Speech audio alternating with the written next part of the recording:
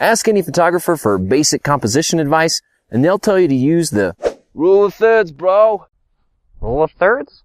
Rule of thirds. The rule of thirds. But what does it mean? Where does it come from? And is it really a rule at all?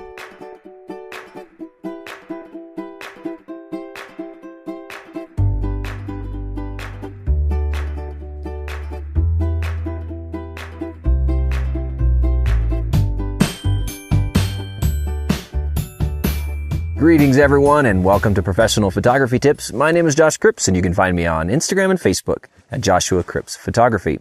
The rule of thirds is one of the most widely known and fundamental ideas in composition, and while it's often thought of as basic composition, understanding the principles behind it means knowing when to use it and when to break it.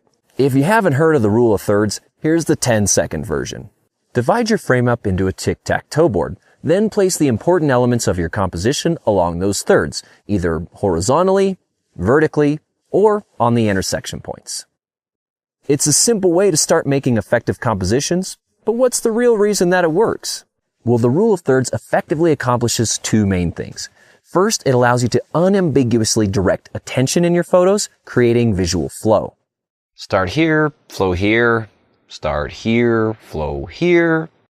Start here, flow here. If your subjects were more centered, your eye wouldn't know which way to travel.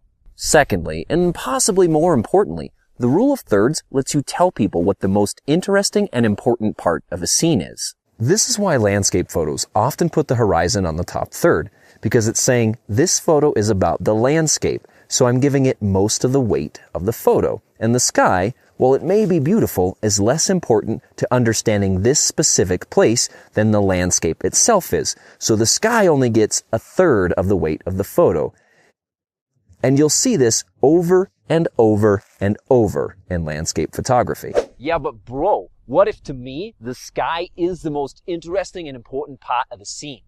Aha! Well, this is where things get really cool, and where you realize that the rule of thirds actually has very little to do with thirds at all, and lots more to do with what you find interesting. So you do have a spectacular sky and a bland landscape. Then you should give the sky most of the weight in your photo. That's you saying, look at this.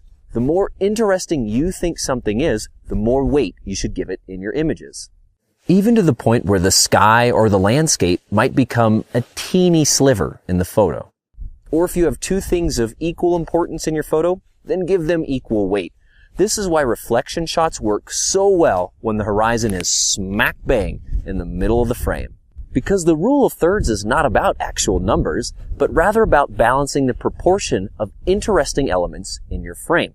And once you realize that, then your compositions will begin to show the world in the way that you see it. As always, thanks for watching. If you enjoyed this video, please share it with your friends and subscribe to this channel.